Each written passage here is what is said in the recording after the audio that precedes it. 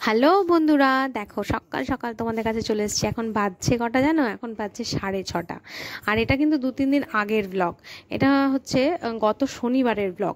যাচ্ছি কোথায় বলো তো? দুজনে ট্যাপাটেপিতে যাচ্ছি হচ্ছে আমরা কলকাতা নিউ মার্কেট, একটু শপিং করব বলে। শপিং করব মানে এখানে তো আমাদের শপিংয়ের এখানে মার্কেট ভালোই, কিন্তু হঠাৎ করে ইচ্ছা হলো যে একটু কলকাতা যাব শপিং করতে। কারণ কোনো দিনই কলকাতা কিন্তু আমরা এত কাছে থাকি, 3-4 ঘন্টা দূরত্বে থাকি, কিন্তু কোনোদিন যাওয়া হয় না কলকাতা এরকমভাবে শপিং করতে। তো আজকে ভাবলাম যে চলো ঘুরেই আসি দুজন মিলে, একটু ঘোরাও হবে। এতদিন ধরে পরীক্ষা পরীক্ষা করে ভীষণ একটা মানে হেক্টিক শিডিউলেই ছিলাম, বাইরে তো বেরোতেই পারিনি, আর শপিং তো কিছু হয়নি বললেই চলে দুর্গাপুজোর। তো যাই হোক, ভাবলাম যে চলো একটুখানি শপিং করে আসি। আর চারিপাশে কাশফুলে না, মানে পুরো কাশফুলে ভর্তি। যাওয়ার সময় প্রচুর কাশফুল দেখেছি, সবটা তোমাদের সাথে অবশ্য শেয়ার করতে পারিনি।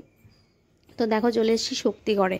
শক্তিগড়ে সবাই নেমেছে জানো, সব বাসই এখানে দাঁড়ায় আর সবাই এখানে টিফিন করে। তো কিন্তু আমি আর বৌমনি সকাল সকাল খালি পেটে ওই লুচি কচুরি এসব ভাজা খাবার খেতে একদমই ভালোবাসি না।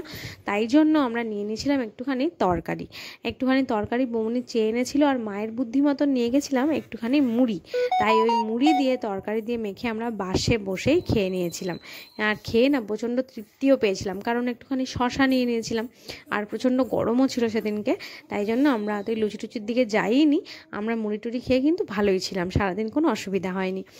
আর এটা এখান থেকে দেখো, এই দেখো বৌমনি একটুখানি তরকারি নিয়ে নিচ্ছে, ওই তরকারিটা নিয়েই কিন্তু আমরা দুজনে শেয়ার করে মুড়ি খেয়ে নিয়েছিলাম। তো চলো এখান থেকে একটু হাত পা ধুয়ে মুড়ি টুড়ি খেয়ে চলে গেছি একদম নিউ মার্কেট। দেখো চলে এসেছি নিউ মার্কেট, আর প্রচুর কালেকশনস, তার সঙ্গে কিন্তু একদম নিঃশ্বাস না ফেলার মতন ভিড়। ঠিক আছে, তো এই ভিড়ের মধ্যে আমরা কিন্তু মানে ভালোই ঘুরছিলাম দুজনে, কিন্তু তারপর দুপুরবেলা তো ভীষণ খিদেও পেয়ে গেছিলো। তাই জন্য আমরা চোখের সামনে পড়ে গেল কি বলতো, কলকাতা বিরিয়ানি, যেটা লোভ আর সামলাতেই পারলাম না। তাই ভাবলাম চলো ঢুকেই বিরিয়ানি খেয়ে নিই। আগের দিন রাত্রেবেলাও কিন্তু ঘরে হোমমেড বিরিয়ানি খেয়েছিলাম, তাই না? তারপরে আবার কলকাতা বিরিয়ানিতে ঢুকে একটা রোল আর একটাই বিরিয়ানি নিয়েছিলাম, যেটা দুজন মিলে শেয়ার করে খেয়েছিলাম।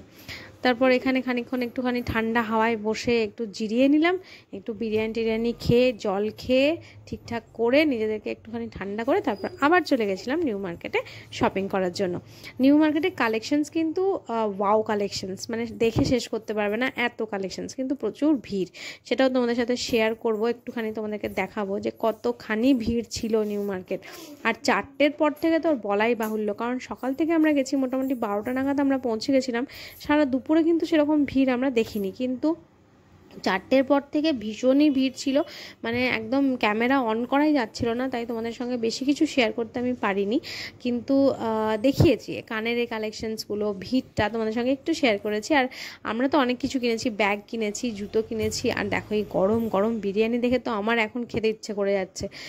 বিরিয়ানিটা খেতে ভালো ছিল, কিন্তু ঠান্ডা ছিল, দুঃখের বিষয়, গরম দেয়নি। যাই হোক, সেটা আমরা ওখানে বলেও ছিলাম। আর এই দেখো কানের কালেকশনসগুলো দেখতে পাচ্ছ, কানের গাদার রয়েছে, তার সাথে প্রচুর ব্যাগসও রয়েছে, আর জুতোরও প্রচুর কালেকশনস রয়েছে। তাই এইসব কালেকশনস দেখে একদম পাগল পাগল অবস্থা, কি নেব না খুঁজেই পাচ্ছিলাম না। তার মধ্যে আমরা কিন্তু অনেক খুঁজে খুঁজে অনেক ব্যাগ, তারপর 3-4 জোড়া জুতো এসব নিয়েছি। চলো দেখা হবে একটা